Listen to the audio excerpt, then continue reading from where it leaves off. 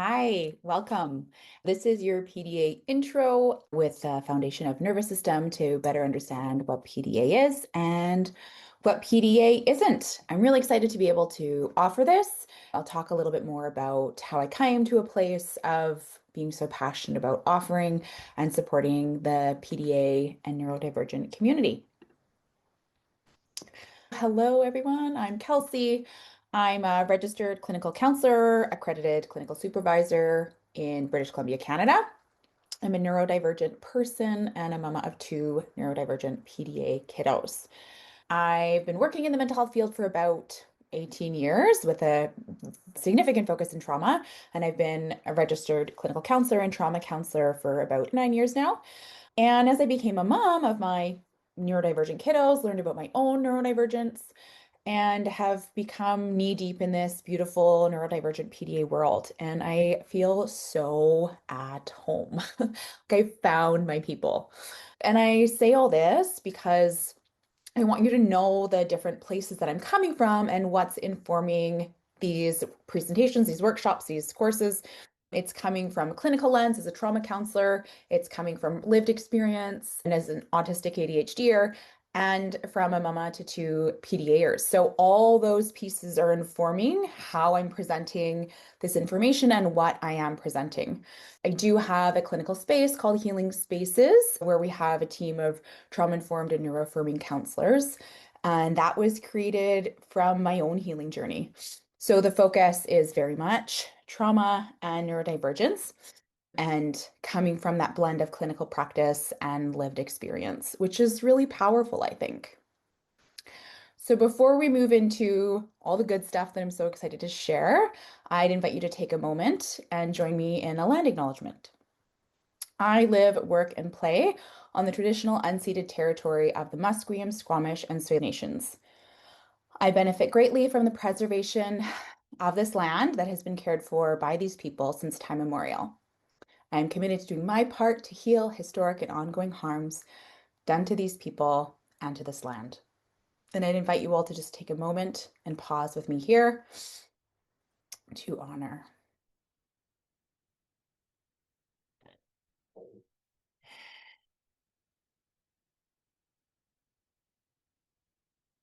Thank you.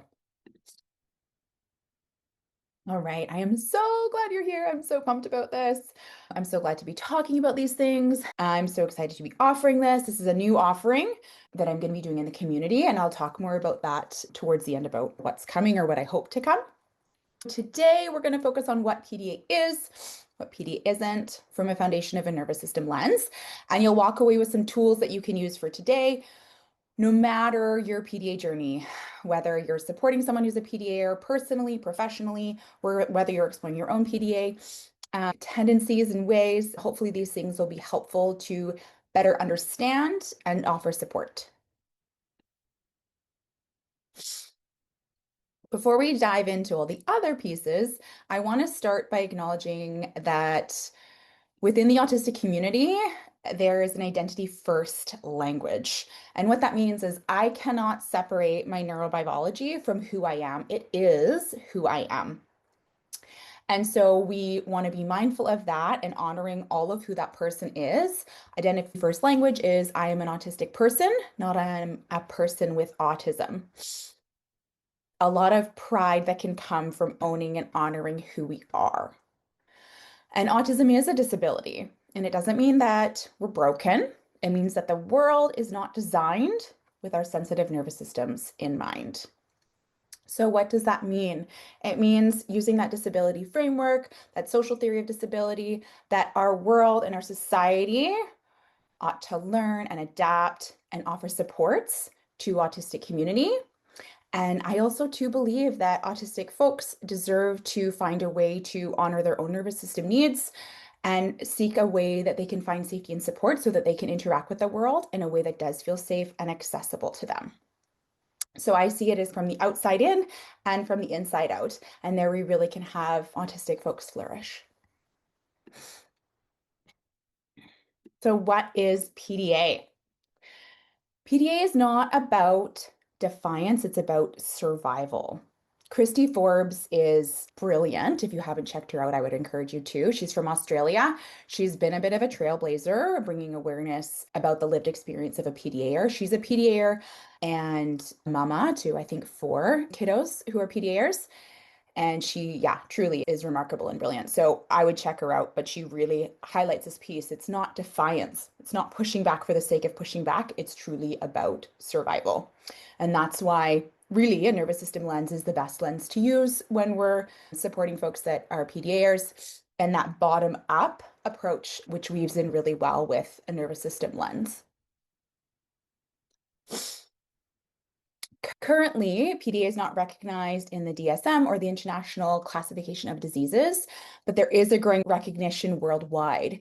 And I think this is a really cool time to learn and engage with this conversation that's happening because it's a beautiful opportunity for parents and professionals and those with lived experience to all come together as we're learning and growing together. It's really powerful because there is so much honor and space for lived experience within the PDA community. And I think that's really remarkable and powerful. I do think that the professional world is learning loads and there's lots of space and capacity to continue to learn. It seems to be a less known within the autistic community. And even those that are trained in diagnostic and assessment of autism aren't always well trained or even aware of how to identify if somebody's a PDA. So this is going to highlight two pieces that I think are really important when talking about supporting PDAers and their families. PDAers are very clever, they have high masking tendencies. And so we really need to trust families when they're sharing with us what's going on at home and what their experience is of this PDA with their mask off. And why that's so important is because of the nature of the high anxiety, the masking is a way to protect oneself. And that often happens with people that they feel less safe with or within community. And so you might not get a chance to truly see this PDA with their mask off. And yet their family's going to know what that looks like. Their family's going to know the impact of going to school. The family's going to know the impact of therapy. The family's going to know the impact of a family event. And so trusting what they share as truth, believing them is a very important, especially within this community. Always important, especially within this community. It's important. And I think sometimes what can happen is people see a really anxious parent and make the assumption that the parent is struggling with anxiety. And so they're passing that on to their kiddo, and the kiddo is living in this world of anxiety. Now, I'm the first to acknowledge that anxiety is contagious in this funny way. And Bruce Perry talks about how family systems anxiety are this we. It's this blend of me and we and all of us together. And sometimes it's hard to differentiate, especially if you're highly attuned and really connected because one person feels anxiety and that impacts the other person, and this person feels anxiety, which impacts this person. And so it gets shared around a little bit. But that's not to dismiss the anxiety, it's to acknowledge how high it is. And a lot of PDA parents become really highly attuned to their kids because they pick up on the subtleties. They know what's going to happen before it happens. They choose the way they're going to present something based on a whole bunch of other factors that they might not even be able to articulate from earlier in the day or the week to hopefully have success with whatever they're proposing. So we really want to trust families when they're sharing with us what they are. We're trusting what they're sharing is true and we're believing them. And then we're also really considering the family system when we're supporting a PDAer.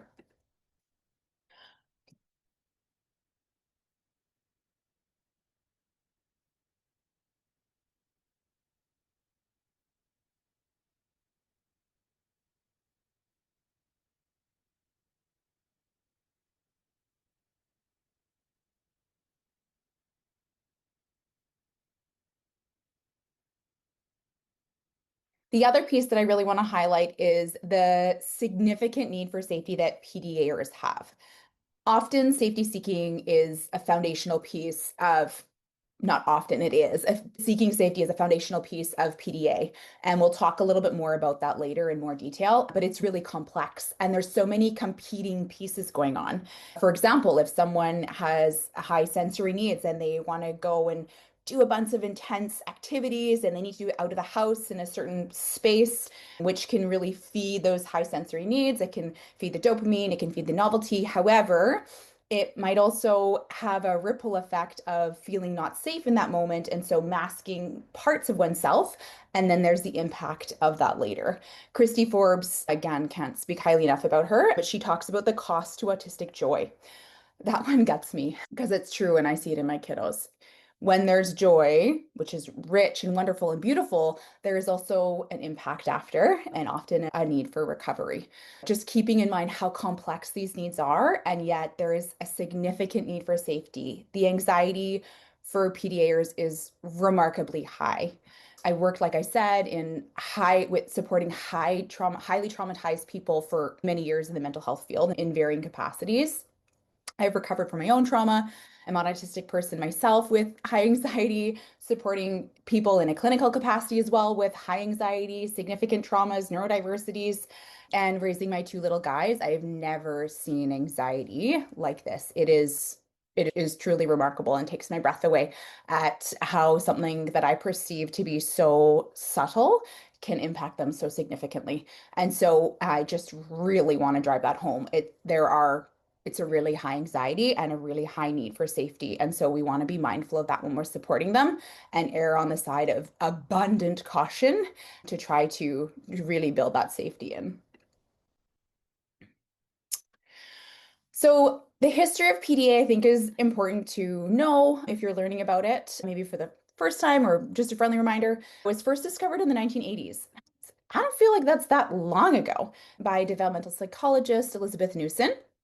And in her work, she noticed a group of autistic children weren't quite fitting existing categories. These kiddos use social strategies such as distraction, role play, and negotiation to avoid demands, and their anxiety around autonomy was intense and pervasive. She proposed the pathological demand avoidance syndrome as a profile within autism. And it's currently known as a profile within autism still to this day. Like I said, it's not in the DSM or the ICD. So it's recognized as someone has a diagnosis of autism, then they can have written in their report that they also have a profile of PDA. And a lot of people self-identify too. And that's well honored and respected within the autistic community. Since this, in the 1980s, the PDA Society in UK has been at the forefront of research and awareness. PDA North America has been around for a while. They're doing great stuff, amazing trainings, taking one of their next ones coming up in January, which I'm excited about. And UK, I mentioned them as well. They have a great PDA society too. Christy Forbes is, again, she's brilliant. Check her out. What is PDA not? What is PDA? So it is not oppositional defiance disorder. It is not somebody being dramatic. It's not uncommon for, like I mentioned before, for people to use role play. And what that might mean is we ask them to brush their teeth. I can't brush my teeth. I'm a cat. I don't have hands. I have paws. I can't hold a toothbrush. Or I'm a baby. I don't have any teeth. And so we can perceive that as somebody being dramatic, but it's truly a survival strategy. It's not intentional defiance. It's not manipulation. It's not bad parenting. To all you parents out there, it's not bad parenting. It's not. And it's not simple noncompliance. I want to circle back to one for a minute here, manipulation. For years, I've actually thought that we have not a great idea of what manipulation is. I think that manipulation is a way if somebody has a need that's being unmet, and I'm going to try to meet that need by influencing and changing the external world around me. And that's what PDAers are doing. They're influencing their world around them, the external world, or trying to influence it so that they feel a sense of safety and that they feel soothed, that their anxiety feels soothed inside. Manipulation has a bit of a yucky connotation in our society. So it's not yucky. It's actually, if you pop over here, a survival creativity. So what is PDA? Survival creativity. These kids are really brilliant. Protective problem solving, very high anxiety. It's an intense need for autonomy. So that drive for autonomy can actually override other basic needs like hydration, eating, toileting, sleeping. That drive for autonomy is so high. It's these tender people that are deeply impacted and highly attuned. It's a sensitivity to being perceived. This one's really interesting if you haven't heard of this one before. Merely being around another person is to be perceived, right? To be witnessed in some capacity. And so that can be quite draining on somebody over time. If you think about our nervous systems coexisting and interacting and needing to step away and have complete personal space so that they aren't being perceived and they aren't picking up on that other person's nervous system. Justice sensitivity, we'll talk about that in a bit too. Mood changes, so really extreme, big fluctuations in mood. So if you hear parents say, I don't really know what I'm going to get, or I tried this yesterday and it's not working today. I tried this last week, it's not working anymore. Or, whoa, it just worked when we did this thing and I couldn't believe it. That's a piece too, is the mood changes can happen really quickly. Everything was going, and then suddenly out of nowhere, we'll also talk about how suddenly out of nowhere isn't always out of nowhere, and a strong justice for equality, for a strong drive for justice or equality. We'll touch on that too.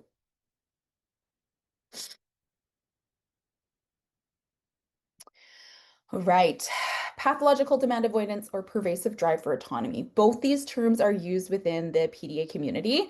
Typically, what's used by professionals is pathological demand avoidance. However, there can be some big feelings about that and valid big feelings. So, when we're connecting with somebody, we might ask them which term they prefer, what their feelings are about this, if this is important to them at all. It's just something to note there. And Sally Cat, another brilliant, so she's a PDAer from UK and she's published and has a really full website, lots of amazing resources and information there. She's done lots of research too. And she talks about how sometimes her demand avoidance can feel as light as a feather.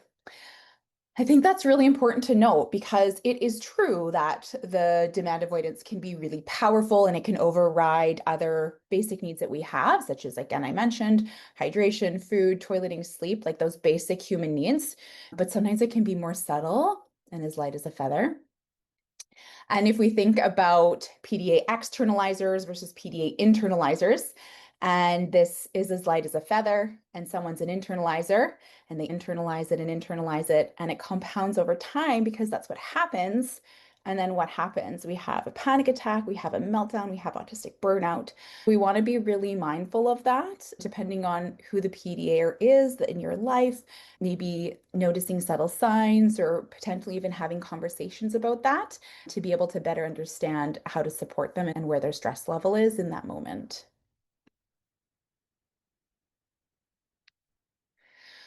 Common mislabels. We already talked about ODD. So perception that this person is being defiant.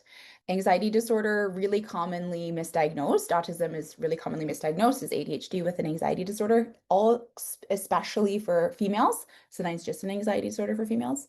And if we have that lens and we perceive that they have a phobia, we might think that exposure therapy is a good idea, but that's not going to be a good fit for a PDA. Or we might think that they have attachment issues and they're just being manipulative when really they have a safe person and they have safe things and they have safe strategies. And those are really important for them to find soothing and rest for their system. PDers are often also really hard to spot autistic. So if you're working with other folks that don't have this diagnosis or it isn't a part of their worldview, you might want to consider another approach and see what happens. That might give you some information as well. Amanda Dickinson, so she's from the States and she talks a lot about low demand parenting, also a great resource. And she talks about how misattunement compounds trauma. So within the autistic community, and for sure the PDA community, there's a high correlation of trauma. And this isn't so the just to back it up and talk about trauma for a quick minute here, there's the traumatic event and then there's the trauma that's experienced inside one's system. And what Amanda is trying to say here is if we're continually and consistently misattuning to this person's needs, that is going to impact them and compound in their system as trauma over time. When we misattune, when we misunderstand, when we don't find the right strategy to support this person, that can be traumatic for them. So that's what she's trying to say. We touched on how PDA can be really complex and there can be competing needs for seeking safety or high sensory needs. Remember, I mentioned that someone might have really high sensory needs or dopamine needs or novelty needs.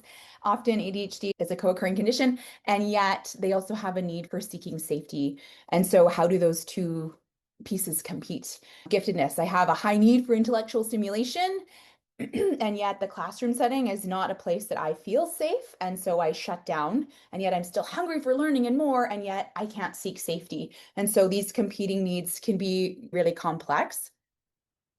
And so we want to keep in mind a very person-centered approach when supporting our PDAers.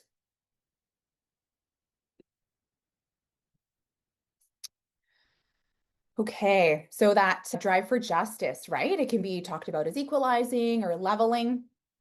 On the outside, so for us, not the PDAer, it can feel like that person is trying to power over or try to control us. But we need to back up for a second and try to understand what's happening. So our system is riddled with hierarchy. Parenting, teaching, therapies, karate class, all of it, right? There's a person that has more knowledge that is trying to share their wisdom and knowledge to those that are still learning. And there's a lot of great things that can come from that, right? However, for the PDAer, if they feel that power over, it's going to activate a threat response for them, and they're going to need to equalize and restore balance. It's not that they're trying to control and power over. The goal is really power with. I'm going to move my hands here. Is really where we go. There we go. Power with. However, if they're constantly feeling under, to compensate, they need to go over. Still can't see my hands. How do I do this? There we go. Why can't I figure this out? Okay. So if they're constantly feeling under and they want equality, they need to go over to try to compensate and have it be equal. So that's why it can feel like power over sometimes. So what might that look like? It might look like hucking a toy and then telling you to go pick it up. It might look like in the classroom, okay, everybody, let's get out our yellow marker and our blue marker, and they pull out a red marker. It's not about defiance for the sake of defiance. It's actually an attempt to recalibrate their system and what's going on inside them. So, what can we do about this? We come alongside. We really try to embody power with. We value and talk about teamwork. We do problem solving together. Dr. Ross Green, CPS model, amazing, amazing skills there too. Talking about how we can have conversations with these kiddos and work together to problem solve, and finding ways to weave in opportunities for autonomy within whatever is presenting itself in that moment. This can be a tricky one, so I might have to talk about it again in another course. All right. This is what I'm excited about. I feel like all that information is really important. However, without a nervous system lens, it can still feel like a lot of scattered information. Now, initially, when I was putting this presentation together, I stacked the deck. It was too much. It was too much. So I am going to be doing more presentations coming up, and I'll let you know about them in a very lunch and learn style. And there'll be recordings after as well. But there is a lot to understanding a nervous system approach for supporting PDAers. So we'll start to talk about that today, and there'll be lots and lots more we can talk about later. PDA is understood as a nervous system disability. And yet their nervous system is not the problem, right? If we're using that social lens of disability, it's not that the PDA is broken and needs to be different. It's that our society isn't set up in a way to support them. And so we need to have adaptations within society, in adaptations of this person's life, so that they can thrive. Their system and body is doing exactly what it was built to do. There's nothing wrong with it. It just doesn't fit easily into our society. Many of you have probably heard of these before: fight, flight, freeze, fawn, and flop. I think about flop as autistic burnout. And I think about fawn and freeze as internalized PDA. And I think about fight and flight as externalized PDA. Now, it's not that black and white, right? It's someone might have a tendency towards fight and flight in certain circumstances, or freeze and fawn in certain circumstances, and they still can express the other, but someone might have a tendency towards one way.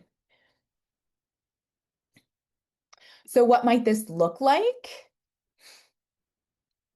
If someone's expressing a fight response, it might look like yelling, arguing, pushing back, refusal, framed as defiance, but it's actually them protecting their autonomy through resistance.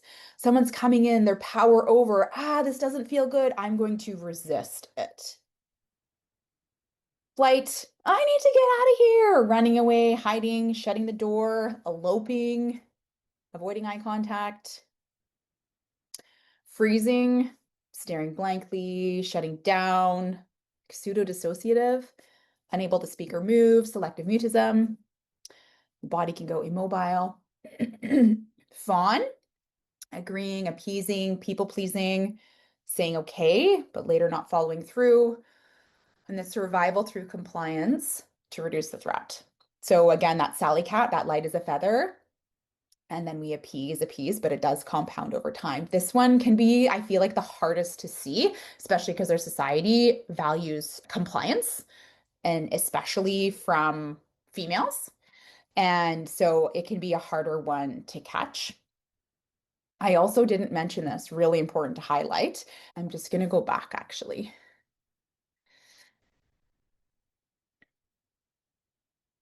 Common mislabels, ODD defiance, very high for in our BIPOC community.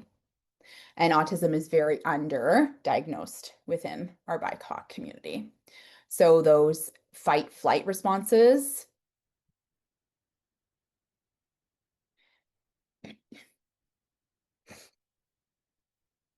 So if we think about that, fawn can be harder to spot. Sally Cat mentioned that light as a feather, and we appease, and it compounds over time. And our society values compliance, especially from females. And our society pushes back against fight and flight, especially from a BIPOC community. So there's all these other pieces that are layered in here too. PDA is hard to spot, even harder for females, and even harder in our BIPOC community. So it's or underrepresented, under.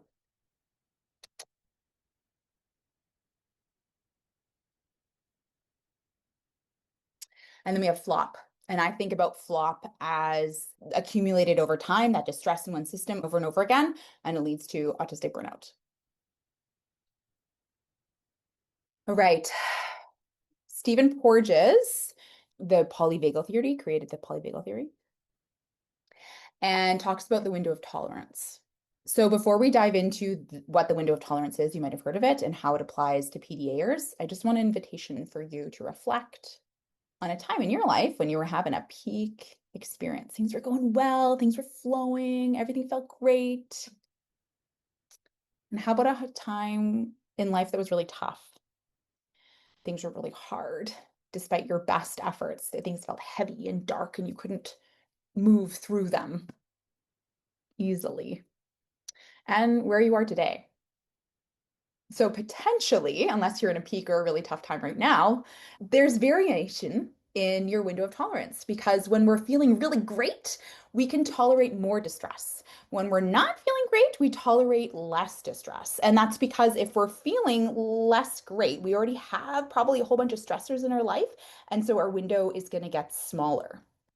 And so that's what it's like for PDAers. There's so many pieces that are going on in their life. Their window of tolerance is smaller and smaller. And sometimes it can feel, honestly, it can feel like threading a needle for me with my kiddos sometimes. I'm trying to find that window. I'm trying to support them to access that window. And it feels like threading a needle. It's so tiny sometimes for their tender little systems. So when we think about the window of tolerance, this is the optimal zone for connectedness and learning and feeling safe. And when we are too activated, we're in that hyperaroused state. When we're low energy, we're in that hypoarousal state. And our window is going to, again, it's a moving target, right? So it's going to shift and change. And for our PDAers, it's really itty bitty. It's a really small little window for them. Now, that being said, there's so much going on currently talking about regulation. And this is great. Regulation, super important. However, feeling angry doesn't mean we're dysregulated. Sometimes it's okay to feel angry and channel that anger and express that anger. If we get stuck in that hypoarousal space and we're feeling, and it's different from feeling anger. And if we're trapped in that hypoarousal state, that might be dysregulation. If we're trapped in that hypoarousal state and we can't get out of it, that's different from feeling grief or feeling depressed for a time or feeling low energy for a time, feeling fatigue for a time. It is my experience as a human on earth and supporting loads of other humans on earth that we have times where we are angry, we have times when we are depressed, we have times when we're anxious, and all that is a part of being human. So I get nervous about, oh, I'm dysregulated, oh, I'm dysregulated, but it's actually escaping feeling the discomfort of the feelings as opposed to being with those feelings and feeling them. And there might be some activation, and for a PDAer, that activation might be really uncomfortable. And so their window is so tiny. And so something small might trigger that anger response. And so we need to allow them that anger and then help them settle and teach them how to do that for themselves. But if we don't allow them access to their feelings, that's not great. It's about how do I channel and feel my anger, not about moving away from my anger and tucking it away in my backpack. So just something to keep in mind. I think it's important to pull that into the dialogue when we're talking about these pieces. So yes, absolutely stress is cumulative, and these kiddos live with a lot of stress in their life. There's often sensory sensitivities. Their central nervous systems are really sensitive to loads of things being perceived, to sound, to lights, to other energies, to routines, to transitions, to demands, to so many stressors. And so that is cumulative over time and can build up. So when someone is presenting in a certain way, they're demonstrating how they're feeling in a certain way, they're that word behavior is used, right? They're showing us through certain behaviors or non-behaviors or words or non-words. That's all information. And we can use that information and we can go, okay, that helps me understand where this person is right now. Maybe they're having big feelings and I can support them with that big feelings to move through those big feelings. Like that wave gets really big and then we can move through those big feelings. And then if they're getting stuck in that hyper arousal place, how can I support them to down regulate? And if they're in that lower energy place and getting stuck, how can I help them to up regulate? But everything that's going on that they're presenting to us by who they are and what they're doing is information that helps us understand where their central nervous system might be in that moment. So, how do we support this person to feel safer and seek safety? I think it's important as we have this conversation too, despite my absolute best efforts, I cannot make you feel safe because there's so many things that I can't control. There's so many things I can't make happen. And so that's important to consider too. I can move towards a safer space, but I can't actually create a sense of absolute safety for everybody, for anybody. So we want to keep that in mind too when we're talking about safety. Maybe it's safe enough kind of language as opposed to safety. So here's some suggestions. Negotiation or delaying, they might do that. A PDA might do that to try to feel safer, that they have some autonomy in that situation. Brilliant. Go with it if you can go with it. If you anticipate some negotiation, come to the table as a negotiator. We have 10 minutes left. I'm going to say we have 5, and then we're going to land at 7, and that's going to be okay. They might change the topic or distract from what's going on. Again, that gives us information. I'm trying to move into talking about science, and you're pulling away and talking about trains. Cool. That gives me an understanding of where you are right now. Seeking novelty to re-engage, that might come from them, or you might use that as a strategy to re-engage them too. And then we talked about those fight, flight, freeze, and fawn responses. Again, that fawn one being harder to see, but if we can have conversations with family, if that's at all possible, that can give us a lot of information for what's going on. Or we see the appeasement and then they disengage later, and that gives us information too if we can track that pattern. So see if there's a way to work autonomy in for the PDA or into the solution. Being really clear and collaborative, love collaboration, but also being really clear. So remembering these are autistic folks. And so transitions can be really tough.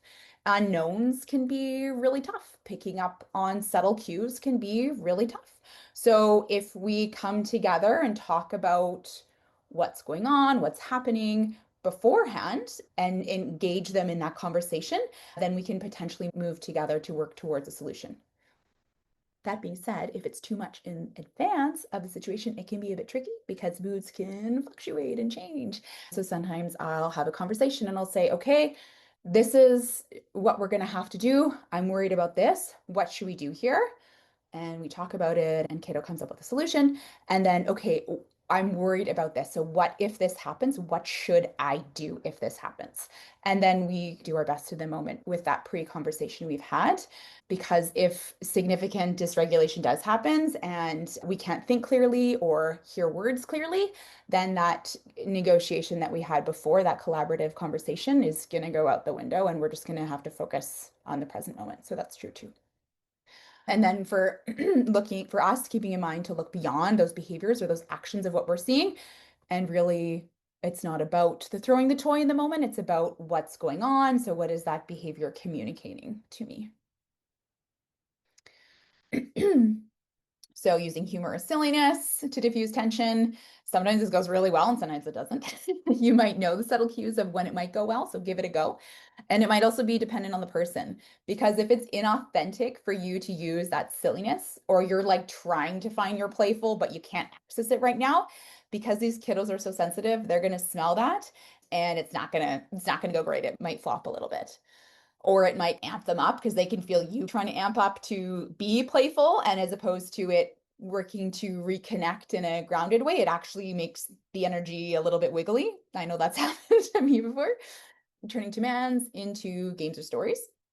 So this can be a lot of labor, especially if you're a parent or caregiver and you're doing this all the time. And yet can be remarkably successful. As well, pulling in novelty, right, can be really helpful, or even pulling in special interests of whatever that is in the time.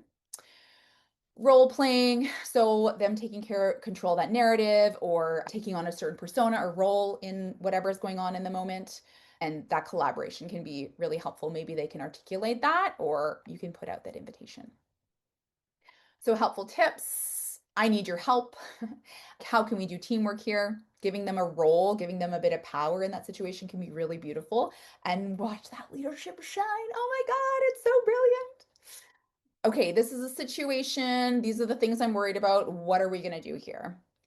And then how can we find the yes? Sometimes we have to say no, and that can be really tough.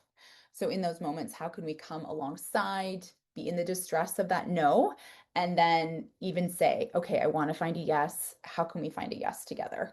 Really allying with them in that moment.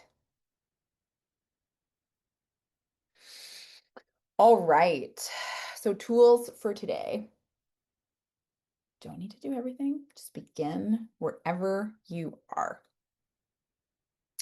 Name it to tame it. So there's a lot of power in articulating what's going on in the moment. For us, our nervous systems, for them, for the situation that's going on. And this can be helpful in so many ways. It can help us regulate because we're naming what's going on for our system. It can help them because maybe we're picking up on what's going on for them, or maybe we have this kind of funny, weird energy in the moment and they don't know what it is. And so we say it and that immediately helps them feel a little bit more grounded or a little bit more safe because they're not confused by this misattunement that's going on. We're presenting everything's fine, but we have this uncomfortable energy and something's not fine. And they can see that misalignment and that doesn't feel good to them. So, what's going on in the moment? Also, owning it. If we can see something going on for them that they're looking overwhelmed, oh, wow, yeah, I'm feeling a bit overwhelmed and nervous right now. And that gives them permission, right? That equalizing leveling, they're in it with you. And then they might feel permission to go, oh, yeah, me too. Or they might watch you be overwhelmed. And then they're learning how to navigate that themselves. It might also be bearing witness to the PDA or seeking safety. So you might say it quietly to yourself. Oh, okay, I see that this is happening right now for this person. That gives me information that they're trying to seek safety through this. They're not being defiant. They're not pushing back. They're not trying to be nasty. They're not seeking power over, reminding yourself of all those things. What can I do in this moment? And sometimes when we name it, it helps our system slow down. It helps us assess the situation of what's going on, and then we can try to move towards supporting them. That's next. Anchor and ally. How can I support them right now? What do they need? I blended those two together. So we'll go to the next one now. Micro choices. I love big, hairy, audacious goals. This is not the place for them right now. Micro choices are really what's accessible in this moment, what's realistic, and embodying that radical acceptance, setting small, mini, micro goals, micro choices in the moment of what can be done, as opposed to those big, hairy, audacious goals. And not only for them, but for me. So sometimes if we're having a hard time ourselves, what can I do in this moment to help? Do I need a tool, an aid from outside? Do I need to pull in some novelty because I can't carry all the pieces that are going on right now? Do I need to pull in some gentle music, some grounding? Am I going to use essential oils to activate olfactory senses? What can I do? Fidgets, what do I need and what do they need? And it's again that we in that moment, whether you're a parent or you're a therapist or you're a teacher, in that moment, you're a part of it, right? And so, what can we do to ground ourselves? Because as we ground ourselves, we're going to help all those central nervous systems around us to feel more settled and grounded. Not always easy, and yet so powerful. Tiny take home practices, just really keeping in mind the language that we're using. Put on your shoes right now, giving that autonomy and choice. Do you want to wear them or carry them in a bag? I even like to say, okay, let's go check out the weather outside. What do we need on our bodies today? What are we going to wear? I'm going to wear this, and I say I'm going to wear a sweater and a jacket and shoes because I want to be cozy warm. And then I give them space to process, and then they get to choose what they want to wear. And that's such a small, simple thing. And yet these accommodations are so powerful.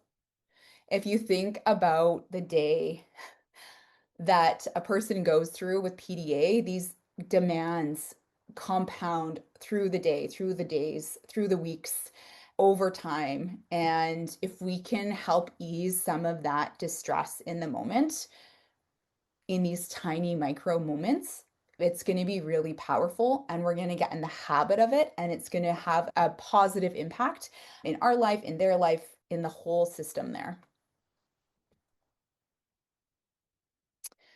And the other piece is keeping in mind what's going on below the surface for ourselves and for them. Again, if we're in that moment where we're pretending everything's okay, but it's really not, something's feeling wiggly, because of how sensitive they are, they're going to feel that's not going to feel safe to them because they're going, this information doesn't add up. I'm being told everything's fine. I can clearly sense that it's not. I'm highly attuned to my own feels and sensations and all those around me. And so I might react in a different way than if someone said, okay, yeah, I'm feeling a bit overwhelmed right now. I'm going to need a moment. Oh, okay, I know what's going on. I'm going to come down. I can align in this moment. I can feel safe enough in this moment. So those check-ins can be really helpful for us to do, even out loud. And then it helps people around us learn how to do that too. But it also keeping in mind what we're seeing, right? So it goes both ways. It's us and it's them. What's going on for them right now? What am I seeing? How did they come in? Are they pale? Do they have dark circles?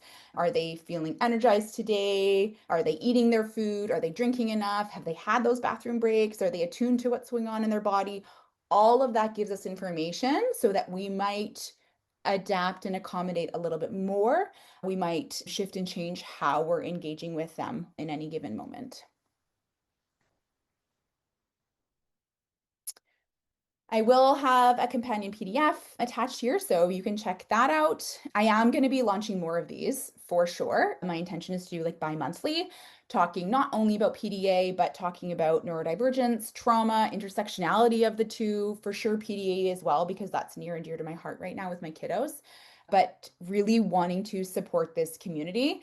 I'm not sure where it's going to go because I'm just kind of starting this branch, but I'm anticipating building some master classes and some courses and stuff like that this next year. So yeah, stick around, check it out. You can follow my social media, You can join our newsletter from our website where I send links to free PDFs. We're revamping that all right now, but free PDFs and our blogs and things like that as well. So you're welcome to pop in there. So that's what's coming up, those exciting things. If you have questions, comments, witty remarks, I'd love to hear them all. Again, that's my email and there's my social media handle. My intention with these lunch and learns is to support the community. So if I hear from you all that there are certain things that you want to talk about, let's talk about them. I think it's really important. I think the neurodivergent community, those that are healing from trauma, are really underserved. And I think if we can come together as people, no matter what kind of hats we're wearing, there can be a lot of beauty coming from coming together. So I'm really excited about what's yet to come. And this is the references page that I mentioned with some brilliant people on there. Yeah, feel free to check them out too. There's lots of great resources out there, growing resources. So thank you so much for participating. Please do reach out if you have any questions, comments, witty remarks. I'd love to hear from you. And stay tuned to see where this goes next. I'm anticipating the next one will go live in December. I'm going to probably do a trauma one early December 2025, and then probably end of January, early February, another neurodivergent one. So stay tuned and check it out if that feels like it aligns with you. Okay, you take care.